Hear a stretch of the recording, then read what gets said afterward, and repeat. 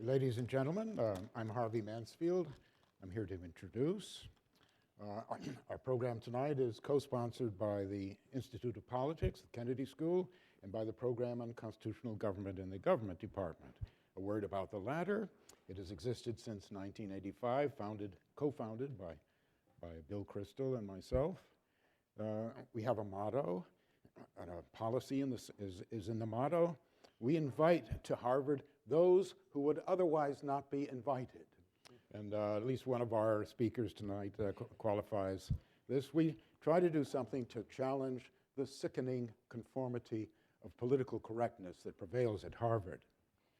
So our principal speaker tonight is Charles Murray, who's a fellow at the American Enterprise Institute, has never been a professor, if I'm correct. Never, ever. And is the author of several famous and influential books. I mentioned three: Losing Ground in 1984, The Bell Curve in 1994, Coming Apart, which is the one we're speaking about tonight, The State of White America, 1960 to 2010. He's a self-declared libertarian, is non-Professor Murray. And so you'll have to remain satisfied with that, and we will too. He's won the Irving Kristol Award at the AEI, and contrary to what we said in our announcement, I hear you didn't win a Bradley Prize, is that correct? I have not. No. Well, that's my mistake, and it's also a mistake with the Bradley Foundation. He's the author of several Murray's Laws, which these are not laws that he gives to himself in the manner of Immanuel Kant, but laws about the behavior of other people. And then we have interviewing this Charles Murray is William Kristol, who's editor of the Weekly Standard. He's in politics and government, has worked in the Ronald Reagan and George H.W. Bush administrations. On the Republican side, he calls himself a conservative, but he's known to many on the left and to some on the right as the evil genius of neoconservatism. And carrying on this, he speaks occasionally for the public on Fox News, and now recently on ABC. So these two gentlemen, I leave them to their discussion. Thank you. Well,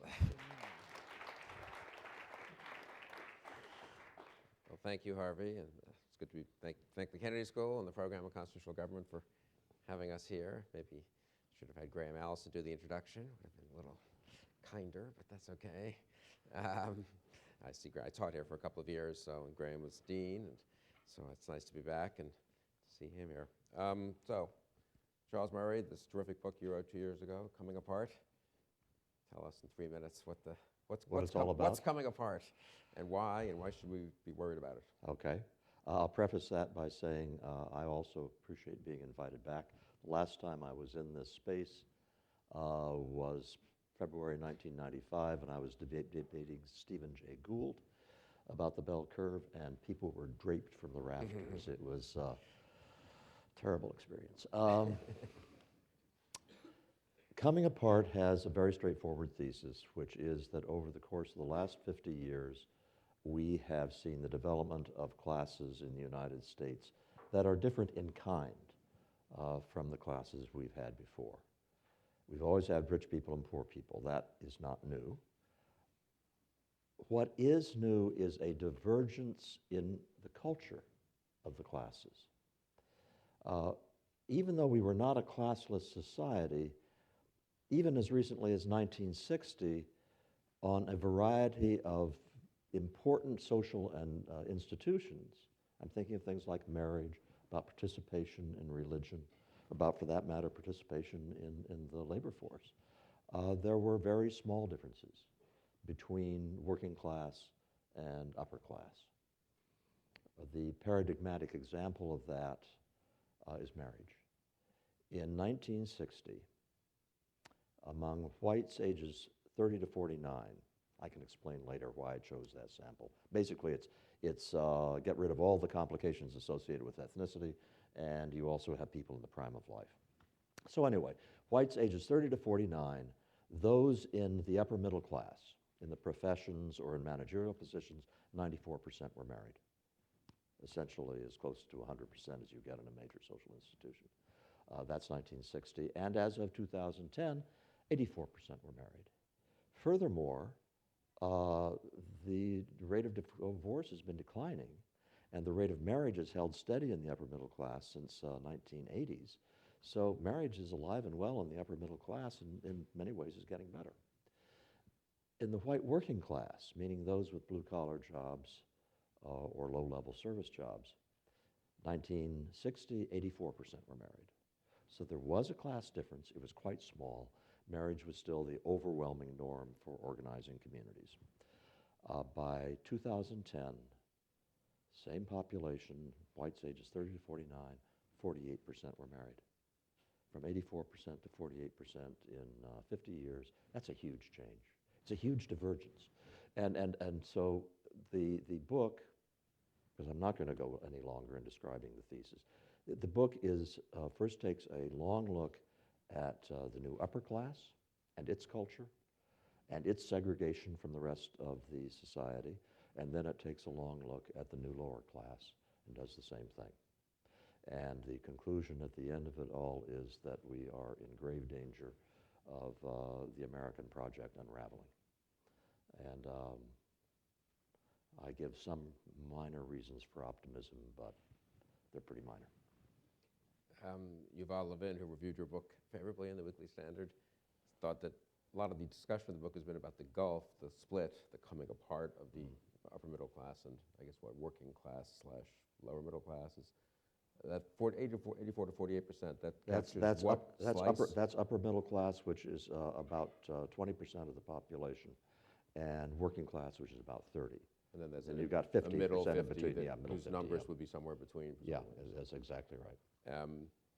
But that one can talk about the gulf, and we should, but there's also the most massive fact when you read the book is the half of the book that's on what's happened to the working class and lower middle class. That is, upper class is sort of interesting, maybe they're more segregated, but actually, empirically, they're sort of living not so differently, it seems, from your data, as their parents and grandparents, where it's this massive social decomposition. I don't want to, maybe it can be worked out and it won't be a decomposition, but let's say massive change in the working class, white working class, right? This is only whites. Yeah. Is really what struck Yuval, and that he thought that in a way the emphasis on the gap between the two classes obscures the just amazing problem or challenge we face of, if 30% of the country is living in social circumstances that seemingly aren't conducive to their kids having a very good chance to be very successful in America, isn't that just a massive problem? I mean, is that the most? Well, just to cue you for future questions, I think that an equally serious problem is the upper class, not the upper middle, but the upper. We can come back to that. Yeah, in terms of what Yuval was worried about, he's right. That you have working class communities which don't function the way they used to in fundamental ways. Just let me run over some of the ways. I talked about what's happened with marriage. That has a huge impact on social capital because so much of social capital is generated by parents trying to shape the community in ways that will help their children. You've had a huge decline in religiosity. This surprised me. I bought into the idea that the overeducated elites have become highly secular, but that you still had among the working class was a stronghold of religion. Well, yeah, among the overeducated elites, there's been that kind of secularization, but the upper middle class is a much larger group than that. And religiosity has declined there too, but not nearly as much as it has in the white working class. That's where it's really plummeted. Well, as we all know from Robert Putnam, about 50% of social capital is directly related to religion, and whether it's volunteering or contributions or participations in organizations. When you get that kind of decline in religiosity, you also have a whole lot of social capital disappear. So, and then on top of all that, you have a whole lot of more guys outside the labor force than you had before, and you have a lot more single men in the community. And that has social consequences as well. I mean, the cliche that marriage civilizes men is a cliche because it has a lot of truth to it. And one of the most important chapters in the book in this regard is about a real working class community, Fishtown, taken from a wonderful PhD dissertation done at the University of Pennsylvania, where the woman really got her stuff right. And it's an important chapter because it brings the statistics to life, the ways in which a formerly highly functional community, maybe tougher than the communities we live in, more bar fights than the communities we live in, but low crime, stable families, lots of good things about it, the way that's pretty much disintegrated. And that's going on not just in urban working class communities, it's going on in Midwest small towns and other places where you wouldn't expect it. The book, you sort of say, I'm describing the situation, I'm not speculating too much on causes, but you've obviously thought a lot about causality, and a lot of reviewers of the book have said, well, you're describing what you say is a social kind of cultural phenomenon, but isn't it caused in large part by economic forces, either ones that we can't control much, perhaps, globalization, technology, or ones that we should try to control more and haven't because we're not sufficiently, whatever, redistributionist or labor-friendly in our economic policies? Talk about causality a little bit. Well, I've made a deliberate, conscious decision not to talk about causality because I have not recanted losing ground. I think the social policy changes in the 1960s were a catastrophe for the lower segments of American society because they changed the rules of the game, at least in terms of short-term outcomes, that just provided every wrong signal you could provide, and it's the working class that suffered for it. I still believe that. I also really wanted people on the left to be able to read Coming Apart without throwing it against the wall. Because I know that when I'm reading a book where somebody is making an argument I don't necessarily agree with, insofar as I can easily get angry at it and say, I don't want to read this anymore. And so I really wanted to say, look, here's the problem, and let's try to agree on the problem, and let's postpone discussion of causes. We can get into, and I imagine in the question and answer period we'll have a chance to do it in more detail, and we can talk about the role of globalization, we can talk about the loss of manufacturing jobs, and the rest of it. I'll just give you a little preview which says, do I think that we live in a multi-causal world? Yes. Do I think that those events drove this deterioration? No. You made a point to me when we were talking before that in some ways the causality is not irrelevant, but once it's been caused, and it's now a situation that has to be dealt with by public policy makers and others to the degree they can, right? That is something I've been having a very hard time getting across. But I'll give you an example for one of the things that I'm well known for, that in Losing Ground I talked about the rise in single parent households, overwhelmingly single mother households, and unmarried mothered households. And if you go back to initial causes, I would say that changes in the welfare system in the 1960s, plus a variety of other collateral changes in social policy, were major triggers for a trend which started and has continued, so that now, let's see, in the white working class, not talking about blacks, not talking about Latinos, in the white working class, about half of all kids are born out of wedlock. Now, and among those with less than a high school education, it's 60%. Okay, so you've got this hugely important phenomenon. Do I think that the increases in that in the last 20 years have been driven by changes in policies in the 1960s? No. I think that once you get that kind of thing started, you also have feedback loops whereby first the economic realities of having a baby without a husband change. But once the economic realities change and a few more people are doing it, the stigma changes too. Because it's one thing to be the lone high school senior girl who is pregnant in a high school, which is a pretty daunting experience, and being one of 15, and where they have a nursery for the children, and where the whole cultural milieu has changed. I don't think the causes of the 1960s do a damn thing for us in trying to decide how to deal with this issue now, because those causes have been superseded by cultural changes. And I think that's also true of the causality of dropout from the labor force. To the extent that it was, let's say, the loss of manufacturing jobs that caused it in the 1970s, that doesn't mean that the culture hasn't changed in ways which aren't fixed by having more jobs now. What about, one last question maybe on the lower working classes, and then we'll come back to the upper class, which you certainly want to discuss here at Harvard. We're in the belly of the beast. Yeah, right.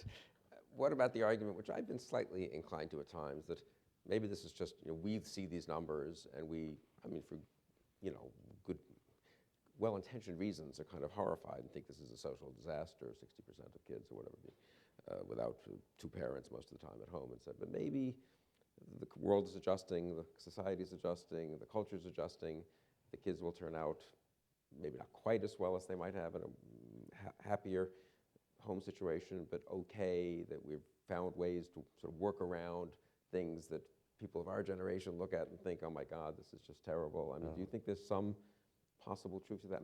Are the outcomes as bad as you would expect from the trends you see? I guess the outcomes would be criminality, lack of being able to hold a job, actual objective things that people who grow up in those circumstances do or don't achieve.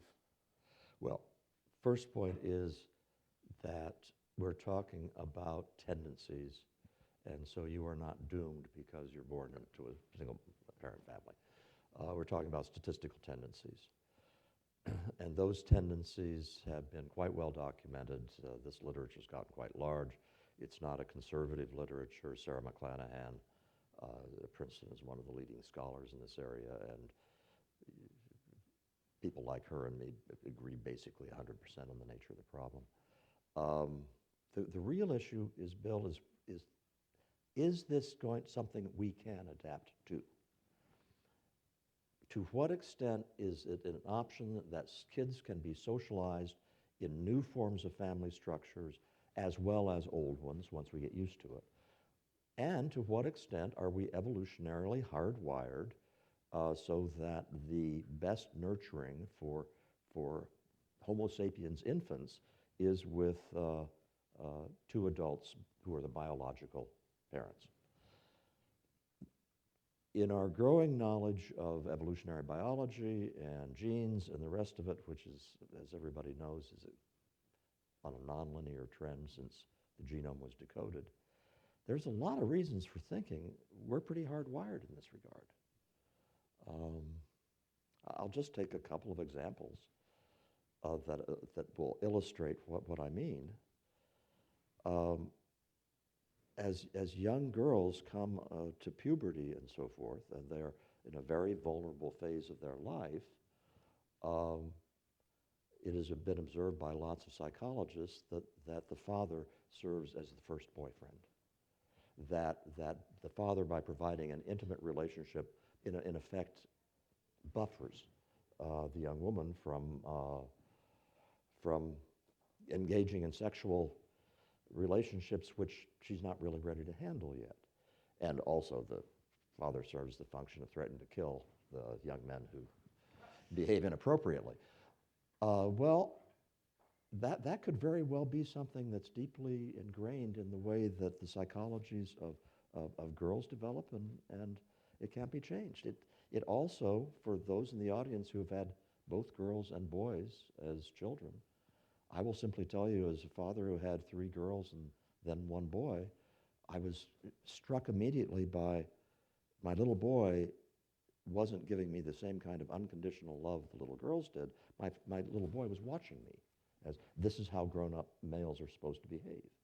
And if you don't have that guy in the house, who do they glom onto? Well, they glom onto the most admirable boys they can find, which in their eyes are adolescent males, worse role models than which you cannot get. To what degree is that just the way little boys function, and always will? And if that's the case, we aren't going to get a whole lot better at this. It's going to be basic deficits in child rearing that you can't work around. And it is the case, is it? That sort of empirical indicators of how, the average kids who grow up in the, I don't know, 25th, 35th, whatever percentile socioeconomically do 20 years later? Social mobility, economic opportunity, higher education, how their kids then do. Do we see a degeneration of opportunity and social mobility? I mean, shouldn't that be, we would expect that from your argument, in right? terms of family formation and family structure. An actual outcome. I mean, do they do less well relative to their upper middle class cohort? Essentially, and this is the literature, that it's kind of a strange situation. It's true for a variety of issues in academia this way. There's a very large technical literature that is exactly opposite to a lot of the rhetoric. And the rhetoric is the family is changing, and the old two-parent family was patriarchal anyway, and in many ways dysfunctional. You had spouse abuse and all that, and to say that things are getting worse in the family is retrograde and Neanderthal. And then you have this technical literature which says, after controlling for a socioeconomic status, after controlling for education, after controlling for all the usual suspects, the outcomes for children on a huge range of measures. Everything from emotional development to likelihood of going to jail to likelihood of being unemployed, you name it. On a huge range of measures, the hierarchy of outcomes for children goes as follows. The best outcomes statistically are for the parents, two parents, both biological parents, a very important consideration. Remarried couples do next best. Stepfathers don't help that much compared to women raising children alone. Statistically, they work out about the same. And way down at the bottom, distinctly lower in all the outcomes, are children of unmarried women, and it doesn't make much difference if they're cohabiting. In fact, it makes virtually zero difference if they're cohabiting. And a working class kid, a set of kids born in 1960 in Fishtown have, I guess one would expect this from your argument, a better chance of being middle class adults. Much better. In 1980 than the working class kids born in 1990 do in 2010. I mean, have we seen a decrease in social mobility and economic opportunity? Because I think that would be implied by your Well, we've argument. seen a decrease in social mobility, period. So then you have to say what caused that. So is there a decrease in social mobility? Yeah. Do I think I can point to a variety of causal links which say, here's why there's a decrease in social mobility, and it is linked to family structure? I think that case can be made, but it's certainly not simple. It's not a simple analytic case to make. But the life prospects of those kids from Fishtown are not as bright as they were 50. I mean, that's correct. For all that we've progressed as a society in so many ways, you're saying that a working class kid 50 years ago, in a certain sense, had a better chance in America than a working class kid today because of the greater likelihood that the working class kid today comes from. That's one cause. Leaving aside causality, there are others, but you are saying that that's the case. Yeah. Okay, what about the upper class? Oh, good. You spent half the book. They seem to be doing fine. You're kind of harsh on them. Oh, no. They're getting married. They're doing well. Their kids are going to Harvard. Upper middle class is different from upper class. Here's my definition of the upper class.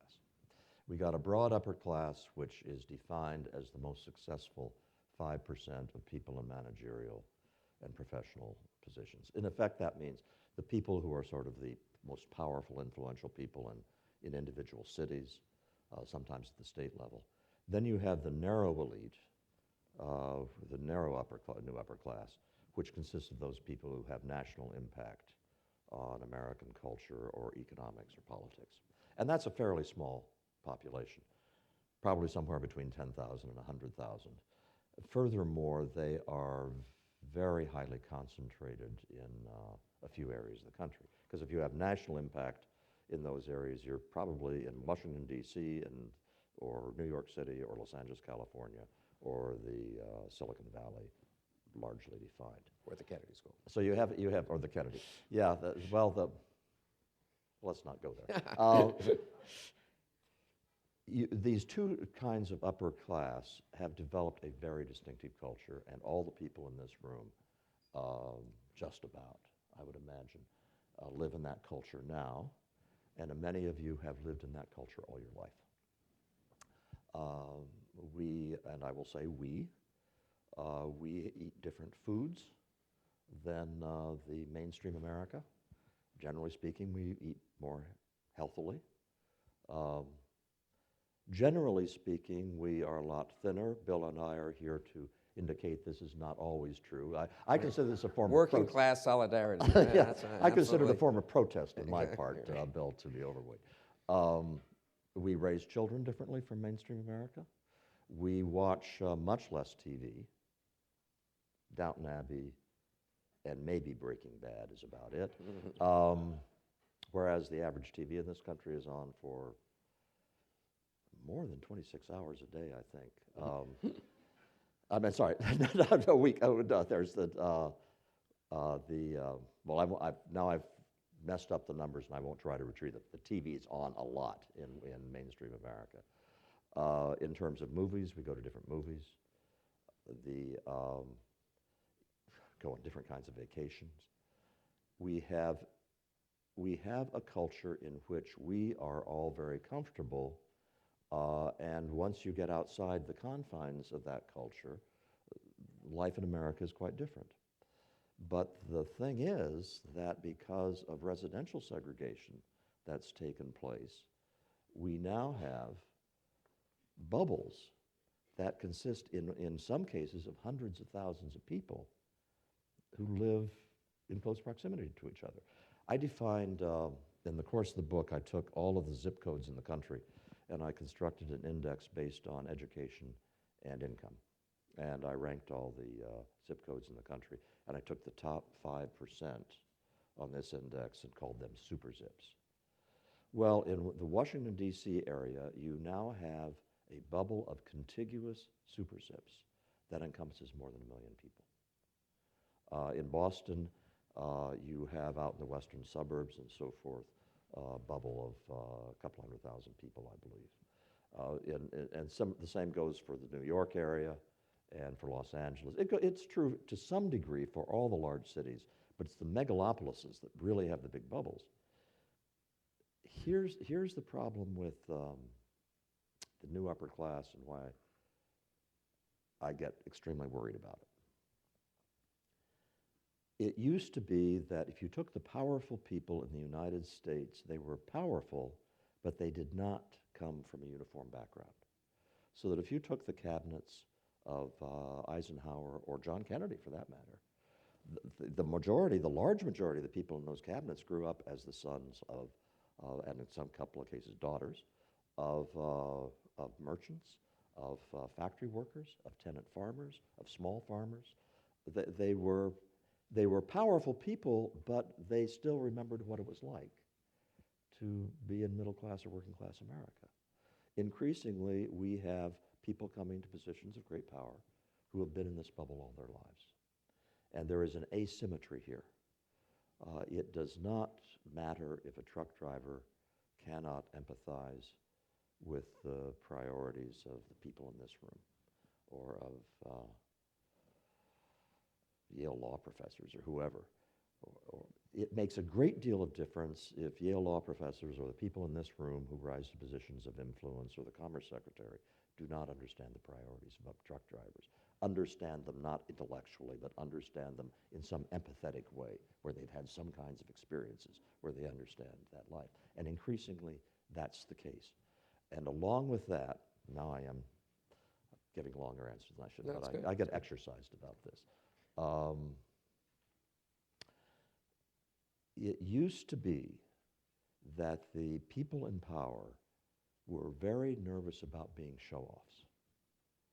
I'll give you an anecdotal version of this. It used to be that successful executives, people making plenty of money to buy Cadillacs, which 50 years ago that was the only prestige car in town, wouldn't buy them. Because if they bought them, they were getting too big for their britches. They were separating themselves. You didn't build a 10,000 square foot home, even if you could afford to build a 10,000 square foot home, because that was kind of un-American. You didn't do that. You were obedient to the unenforceable in terms of standards of seemliness. And there was also a very strong cultural imperative to say you were middle class and to identify yourself with the middle class. That's what Americans did.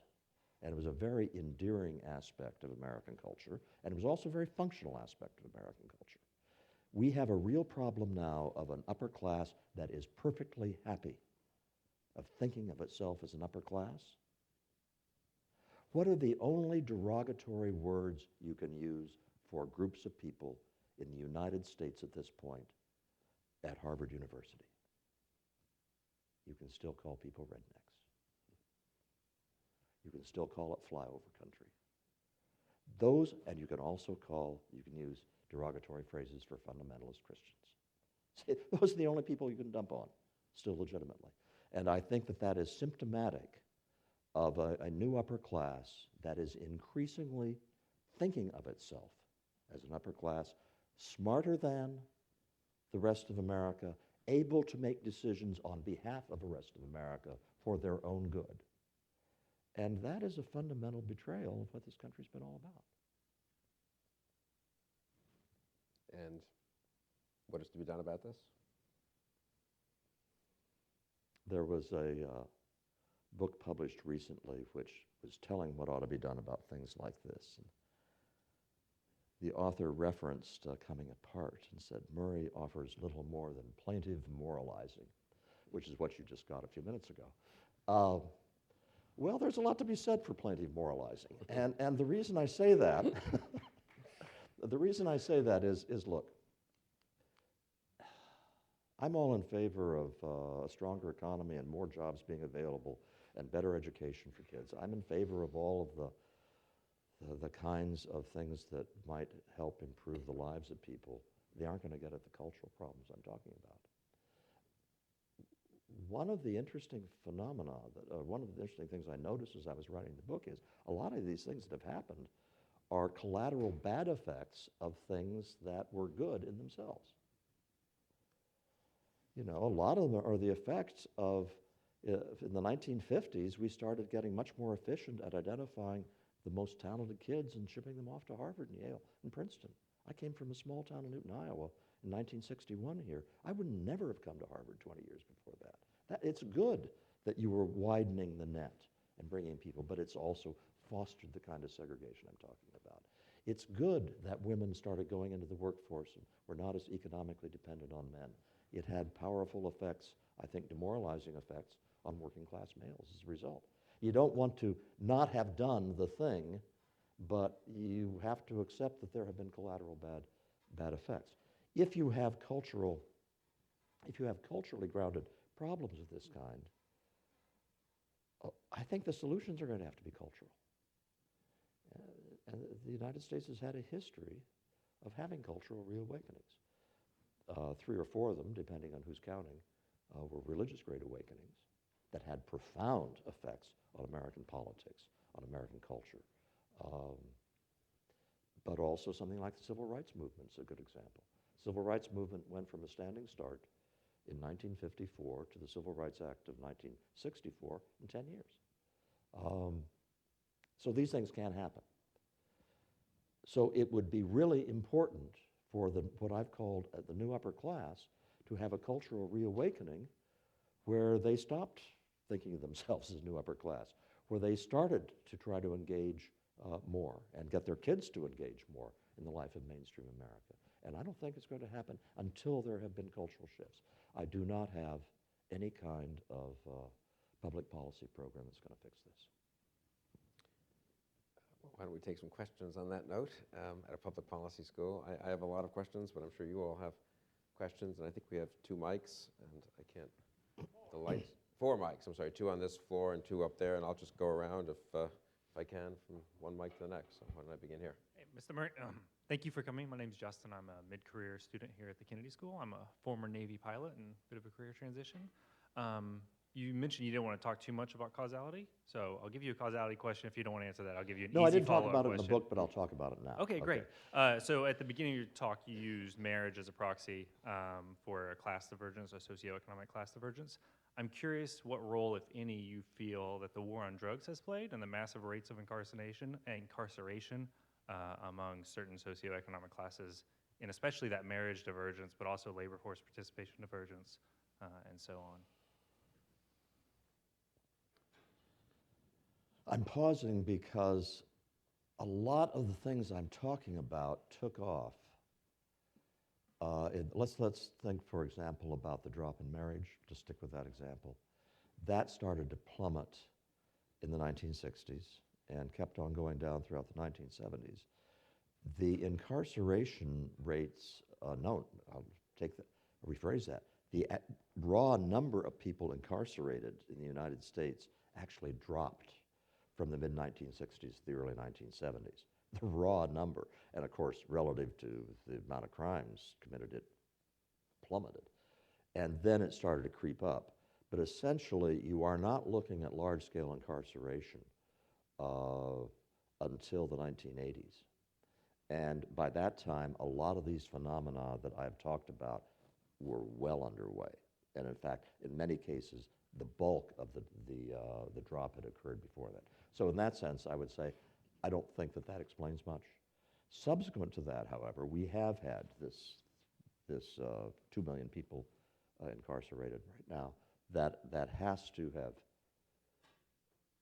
have had some effect. I don't know how you calibrate that. I would, however, say that even when they are incarcerated for reasons I don't think they should be incarcerated for. I don't think they should be in there for drug crimes, for example. Even in those cases, we are not talking about men who looked like real good marriage prospects, even if they hadn't been put in jail. I think you have a more fundamental problem of cultural problem of American males becoming a lot more feckless over the course of the last 40, 50 years. There's an inflammatory word. Thanks. We'll go around the different mics. Sir? Okay, Mary, I was just wondering, you talk about different classes. What about the government class? Has it become more arrogant and imposing upon us programs and laws and enforcements that are not naturally developed in society and creating problems, thusly, along the lines you've outlined? Well, they overlap a lot. Insofar as, for example, you take the Washington bubble I talked about, that includes both, that includes an awful lot of the people in government that you're talking about there. And furthermore, the education of, I guess I'm not talking about lower level bureaucrats, but if you take a look at the regulators, the people who run the regulatory agencies and the rest of it, they are increasingly exactly what I'm talking about in terms of people who are imposing a lot of regulations on behaviors, economic behaviors, and other kinds of behaviors, which they themselves have had no personal experience with. I mean, they are imposing land use regulations on ranchers and farmers, for example, when they haven't a clue what the lives of ranchers and farmers are like. It is, I guess I'm agreeing with you. I think that the segregation of the classes has manifested, its harmful results have manifested themselves most directly in public policy. I think they've also manifested themselves in the entertainment industry and in other aspects of American life, but policy has been the most harmful. Up there? Yeah. Hi, my name is Auden Lawrence, and I'm a sophomore at the college. Nick Kristol wrote a beautiful op-ed recently where he talked about the importance of empathy in society, and you just talked about this as well a moment ago. And so I was wondering if you could talk a little bit about how you feel the role of empathy or the existence of it has changed over the last 50 years or so, and what role you think empathy can and should play going forward. Okay. The empathy initially was because of your own personal life experiences. So that if you had grown up in a small town in Nebraska, and then you ended up as an investment banker living in Park Avenue, you still remember what that small town in Nebraska was like. But even after that happened, there were still sources, so that you would have kids who grew up, you know, they were born in Potomac, Maryland, but dad comes from the small town in Nebraska, and every summer they go out and spend a couple of weeks with grandpa and grandma. And so at least you get to see what that world is like. And then you move to the third generation, and Grandpa and Grandma live in Greenwich. So you go from your home in Potomac to visit Grandpa and Grandma in Greenwich, and you are not exposed. Let me just add one other thing about empathy here. I think we have a real problem with faux empathy because you have lots of kids who, in high school, their parents make sure that they volunteer one night a week at the local soup kitchen, or that they spend a week working for Habitat for Humanity, which I think are good things. I'm not against these, but I think first you can assume you know a whole lot more because of those kinds of experiences than you really do. But the larger problem is this. You have lots of students at Harvard who did this kind of public service thing in both now at Harvard and also before you came here, among other things, because it strengthened your application. And you have had some contact with the most disadvantaged elements of American society. What I think kids in the new upper class are most likely to have missed is contact with the great middle, people who don't have a lot of problems, who are taking care of their own lives, who are dealing with their, have functional communities, and those are the people you've never had any contact with. So I shouldn't say you, I'm indicting all of you, and I'm sure that's unfair. I'll use the grand we, because it's a problem with the new upper class, that we tend to see American society in terms of the 1%, the elites, and the oppressed and the disadvantaged, and it's sort of like that New Yorker map of the United. No, that's way too long ago for most of you to recognize. It's a case of obliviousness to the very large chunk of the American population that is neither disadvantaged nor is it elite and powerful.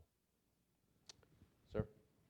I don't know if there's such a word as fatherlessness, but the recent comments by President Obama about the pain he experienced in growing up from the absence of his biological father,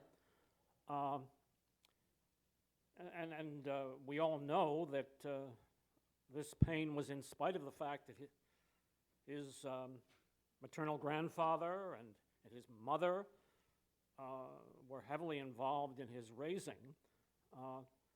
I'd just like to hear your comments about President Obama's recent comments on this issue. Thank you. I think they were great. I think using the bully pulpit in that way is really important. We have it's part of the polarization of American politics, but that kind of discussion can foster what I think should be the general attitude towards something like kids growing up in single-parent homes, which is we all wish these kids well, and to the extent that we can help, we want to help, and they are not doomed. But boy, it's really also important, it's good for the next generation of kids if you can have more fathers engaged. In doing this, the real barrier is that when you raise those issues, you tend to get demonized. You tend to be accused of demonizing unmarried women. And nobody wants to do that, understandably. That kind of a comment that Barack Obama made is one way of getting around that. I think it's also okay if we start demonizing the men who aren't engaged in the lives of their children. I don't see anything wrong with that. There's a lot of reason to be sympathetic with the single mother who's trying to cope with raising kids. I think guys who walk away from having fathered children, it's okay to call them bums and a lot worse, and to say publicly that they are neglecting one of the most important duties that a male can have, and that is to be a father to his children. So that's the new Murray solution to our problem: demonize unmarried dads, not unmarried mothers. Mr. Murray, my son is a student at Duke, and he texted me that there were protests there and students walked out, so I just want to say I'm proud of the polite response you got here. My question has to do with possible ways of addressing the problems that you lay out. I'm impressed with the preparation for life that national military service gives young people in Israel, and I just wondered whether national service is something that you've thought of as a possible solution. Well, I agree with those people who say that military service, especially during World War II, was a huge homogenizing influence, if not homogenizing, giving people experience with all different kinds of classes. Here's the and I would, in principle, be in favor of exposing people 21, 22, 23-year-olds, 3-year-old to the same kind of service. The problem is scale. So that the military can't possibly affect more than a few 100,000 out of the millions in each new generation. And if you try anything much broader than that, you're going to set up a situation where most of the people who are in it don't want to be in it. Suppose you had compulsory national service. And I also assure you that it would backfire, because you could have draftees in the Army, because those draftees might not, they really didn't want to be there, but they were also subject to the Uniform Code of Military Justice. And so they really didn't have much choice. A civilian program would never be run like that. And so you would have lots of people who wouldn't want to be there, and they'd start to game the system. And I think you'd run into the danger of exacerbating divisions rather than diminishing them. On a smaller scale, voluntary programs are great. I think Teach for America is a great idea. There are other kinds of programs that I would like to see as voluntary ways in which people can engage in national service, but I think it has to be voluntary. There's a British social scientist, I think her name is Hilary Wolf, and she's written about the emergence of what she calls fortress couples as a result of, in some ways, feminism, where we now have not just one very high wage earner in a family, but two. I mean, you can especially see this at Harvard, where now all the law professors are married to other law professors or the like, as opposed to the way it was 20 years ago. So she sees certain problems with these very high income fortress couples and everybody else. And this is a result of, to some degree, women entering the workforce and feminism. I wonder if you might comment. Well, is income the problem, or, well, you've raised an issue that has lots of ramifications, because it sounds to me like she's talking particularly about upper socioeconomic levels, right? Yes. So you have a couple of phenomena going on there, which is one of the most important of which has nothing to do with the income of the family, but of the non-monetary assets they're handing down to their kids. Which is to say, when you have two law professors married to each other, the chances that both of them have really high IQs are very high, and the odds that their kids will also have pretty high IQs is also high. There will be a regression to the mean, but the next, you've had homogamy that's been going on now, educational homogamy, which has been increasing for 50 years. It's another case of a good thing having a negative collateral result. It is a good thing that you have all of the talented kids going to college, but they are going to meet each other and marry each other in a much more systematic way than they did in the bad old days, when a great many of the most talented kids never got to college. So it doesn't bother me so much that the two fortress couples, fortress, is that the word? She calls fortress That they couples. make a lot of money. It has had, it's had important effects on the stickiness of social status. You know, shirt sleeves to shirt sleeves in 3 generations is very, very likely if the person who made the money in the first generation married a person of just average abilities. And I'm not talking about only about IQ, I'm talking about persistence, drive, enthusiasm, imagination, all sorts of qualities. If only one of the two parents has those qualities, odds are the third generation will have lost the money, spent the money, and be back with everybody else. When you have people passing down a lot of talent to their kids, classic example in the news, the relationship between SAT scores and socioeconomic status. As the SAT announced the revision of the test. with everybody saying, oh, it must be these parents are buying all these terrific prep courses and sending their kids to terrific schools, and that's why they're getting their high scores. No, it's not. Maybe that contributes a little bit, but mostly they're getting the high SAT scores because they're smart. And you are getting a concentration of talent correlated with social status. I've just actually made a lot of the arguments that Dick Herrnstein and I made in a book called The Bell Curve 20 years ago. At that time, we were saying these are phenomena that we see as being problematic in the future. In Coming Apart, I'm saying these are phenomena that are already here and are problematic now. Thank you. Hi, and thank you for the talk. Just by way of disclaimer, I wanted to say that my father died when I was a young girl, and I was raised by a single black mother in Washington, D.C. And I turned out okay. I made it here for college and law school, and I'm charmed that you just referenced the rule against perpetuities. But that biography does underwrite a certain amount of skepticism about some claims, so I wanted to ask you. Sure. You said in the very first part of your remarks that marriage is a norm for organizing communities. It's certainly not the only norm. I recognize the arguments that you're making that the social circumstances of marriage are conducive to success and that there's social capital that flows from the family. But I wanted to ask you about other norms for organizing communities whereby the social capital is flowing, for example, from the state. We can talk about the economic sustainability of those models in Europe, but there are certainly, through universal preschool and other things like that, other modes for flowing social capital to people in positions like me that don't have to do with marriage at all. Could you respond? Sure.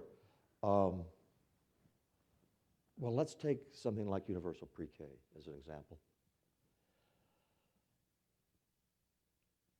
The really surprising thing about the most intensive pre-K programs, ones that could not possibly be replicated on a national scale, is how little they accomplish. We've historically had Perry Preschool with something like 50 kids in the experimental group, and the Abecedarian Project, which had maybe 70, which have been used as examples of, gee, these programs really had big impacts. And there were a variety of methodological reasons to say, well, they're kind of dicey. But they have been used as rhetorically as saying, look what we could do if only we had universal pre-K. Well, we've had replications of very intensive pre-K in the form of the Infant Health Development Program, which had good samples, it had good control groups, it had very intensive intervention with young kids deeply in need of intervention. And they followed them through to 18 years. It was the typical story of the 3-year follow-up at age 3, some really positive results. At age 5, those positive results had attenuated. By age 18, they had disappeared. So if you take something like universal pre-K and you ask me, does it sound plausible that you can intervene from outside and supply some of these assets that the two-parent family provides? A priori, I'm going to say, yeah, I think probably you could get a lot out of that. I would say, since I'm before an audience at a public policy institute, that if you go back to the Coleman Report in 1966, which fully expected to see a lot of variation in student outcomes based on the kind of school they were going to, and they were appalled to find that they couldn't find that basically the history of trying to intervene in the lives of children, from the 1966 Coleman Report right up to the most recent national evaluation of Head Start, which came out a year or so ago, has been a uniform, very depressing story of the limits of what can be done by trying to make up for the assets that are not in the family. Again, I'm speaking statistically. I think before you stood up and asked your question, I did say that lots of kids from single-parent families do just fine. But our ability through public policy in the United States to intervene has been really hard to demonstrate. One other quick, because you alluded to Europe. Point number 1, Swedish Americans do just about as well as Swedes do. Danish Americans do just about as well as Danes do. There are a great many ways in which the welfare states of Europe have a population that they're dealing with, which in the United States is a population that does really well. And you also have some of the welfare states of Europe which don't do so well, and those populations don't necessarily do so well here either. I am saying culture has a lot to do with how the welfare state in Europe works. That's point number one. Point number two is you are seeing in Europe the same kinds of problems developing and expanding as I described and coming apart. There is a certain amount of, well, there's a lot of ruin in a nation, as Adam Smith said, and there's also a certain amount of half-life of cultural capital. And I think that the countries of Western Europe have been spending down their cultural capital over the last 2 or 3 generations, and it's starting to show. I don't propose that answer as being something that should change your mind, but I think it's something you ought to think about. Mr. Murray, thank you for coming, and thank you for your work over many years. I'm curious about something we didn't really discuss, that libertarian label. I myself was once the editor of the Harvard Libertarian as an undergraduate, and I like to think my horizons subsequently widened a bit. But for me, something that kind of changed my thinking was coming to see education, especially moral education, as somehow the central task of society. And has America in our lifetimes, is what we've most needed more freedom or something in a different direction? Kind of on large questions, do we learn more about what ails our country now from libertarian authors or from Plato and Tocqueville?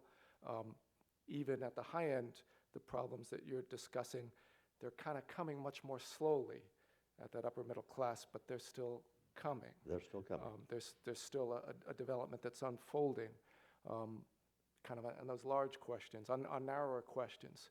Kind of, I'm attracted to unlibertarian solutions or unlibertarian approaches to kind of improving wages for working class people, like maybe some modest protectionism or some restriction of immigration that means less competition for low-end jobs. I've lived much of the last 10 years in Shenandoah Valley in Virginia, and I got to say, it's really tough for working class guys. The competition, native-born people, the competition they face from workers who are not native-born, good people, of course, but more supply of non-college educated labor means lower wages. Yeah. So, how's the libertarian approach dealing with these things? Well, first I would say I wrote a book in 1988, which is still my favorite of all the books I've written, called In Pursuit, which was both very libertarian in its philosophy and also very strong on moral teaching.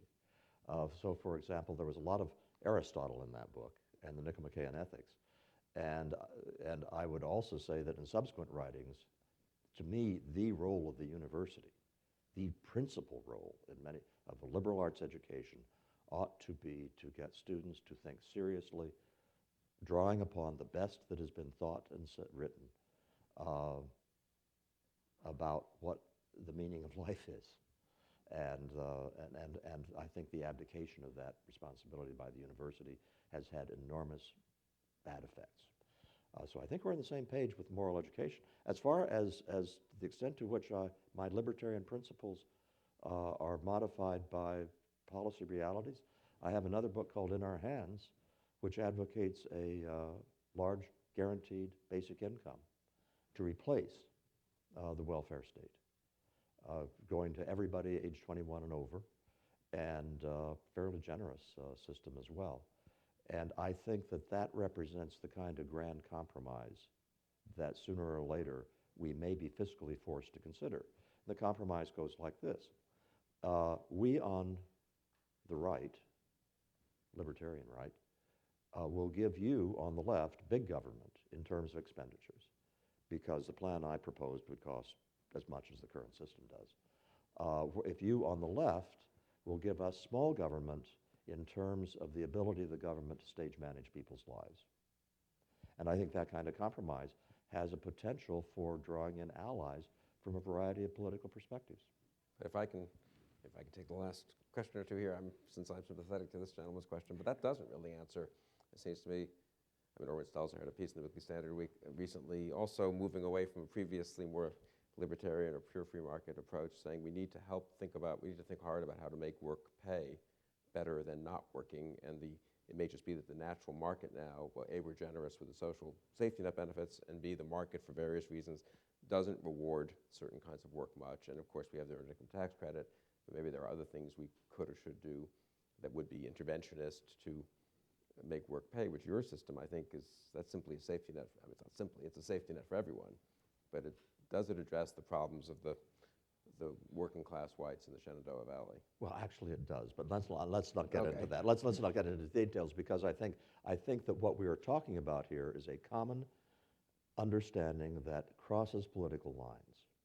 A strong back isn't worth what it used to be, for macroeconomic reasons that are not going to go away.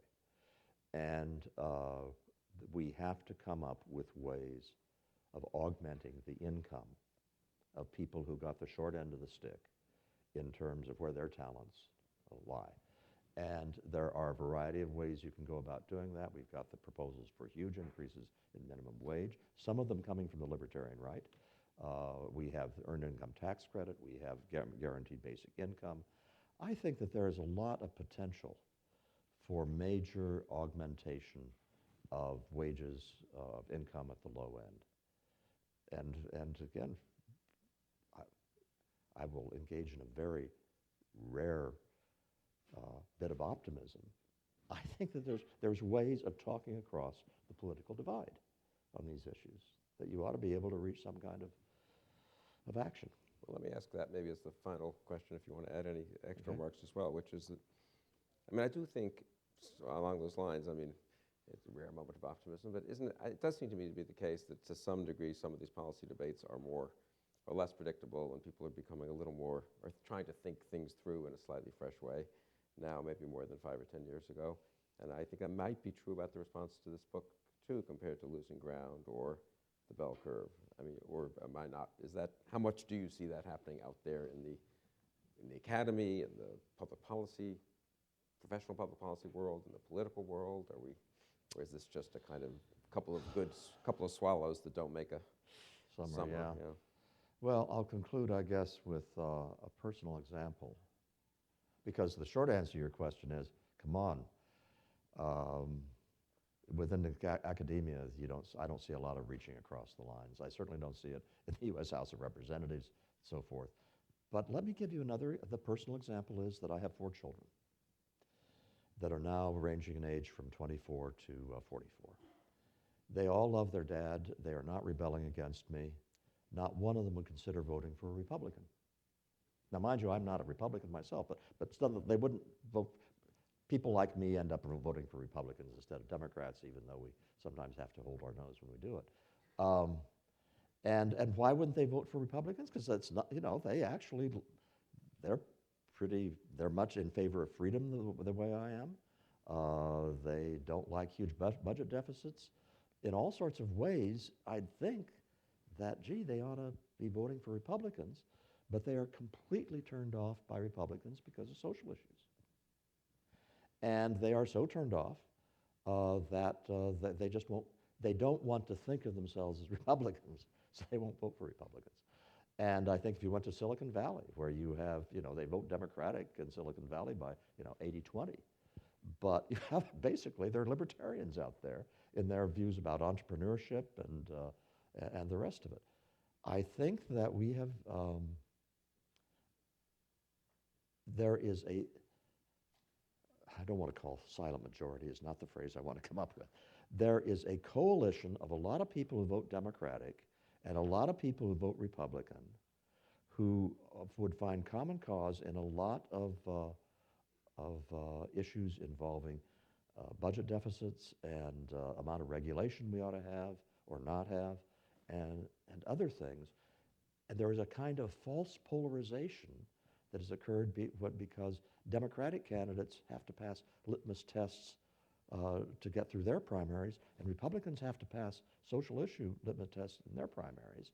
And it's hiding a potential for the kind of reaching across we're talking about. However, since my record as a political analyst is way worse than Bill Kristol's, I don't want to. That's not true. I don't want. I don't want to. It's a very low bar. You for one should. thing. You probably shouldn't pay too much attention to anything I've just said on that issue. Well, I would just say on that, if I could just quarrel for 1 second, since we have 2 more minutes. I mean, one could argue, of course, that you and your wonderful kids are living in a bubble of, you know, we're pro-free market, but we're also libertarian on all these social issues, and if only everyone were like us in Silicon Valley, it would be great. I emceed a pro-life dinner, actually, in Washington last night, Susan B. Anthony list, which supports pro-life candidates, especially women, and Mike Huckabee was the keynote speaker and gave a fantastic populist talk, I would say, which is the exact opposite, which is that if we, in fact, there's huge numbers of Americans who are culturally conservative, closer to the Republican view on some of these issues, but actually their moms depend on Medicare, they themselves, Social Security is a major part of their expected retirement income. They're not anti-big government, they're not libertarian, they don't think that, you know, the future is going to be, they're going to be in a lot of jobs provided by Silicon Valley. So, I mean, I agree that the political parties don't capture these divisions, but I suppose the question is, which is the actual possible silent majority out there? Is it these sort of, you know, working class, culturally conservative types who are now split, or the libertarian types, or both? I mean, I suppose you could also make a case that political parties in America traditionally have precisely done what you want to be done, which is forced elites to deal with non-elites who are different from them and who do have different views on cultural and social issues. I have no response. Well, I don't. It's just it's a question or a problem. It's not a solution. But I think that, I mean, I guess what I would say is that precisely because you're right. I think one of the powerful themes of your book, and I will say a word about your book. One of the things I found in rereading it just last week is there's so much interesting information in it. I mean, the argument is very powerful. The arguments, the major arguments, are very powerful. But there's just a ton of interesting data and information, which is itself thought-provoking, and you lay it out extremely clearly. So for that, we owe you a debt, even if not everyone, hard as it is to believe, doesn't agree with every, if they don't agree with every argument. But in any case, we can continue our discussion. But I want to thank you for coming here. Thank the Kennedy School and the Program for Constitutional Government for hosting us, and thank you all for attending.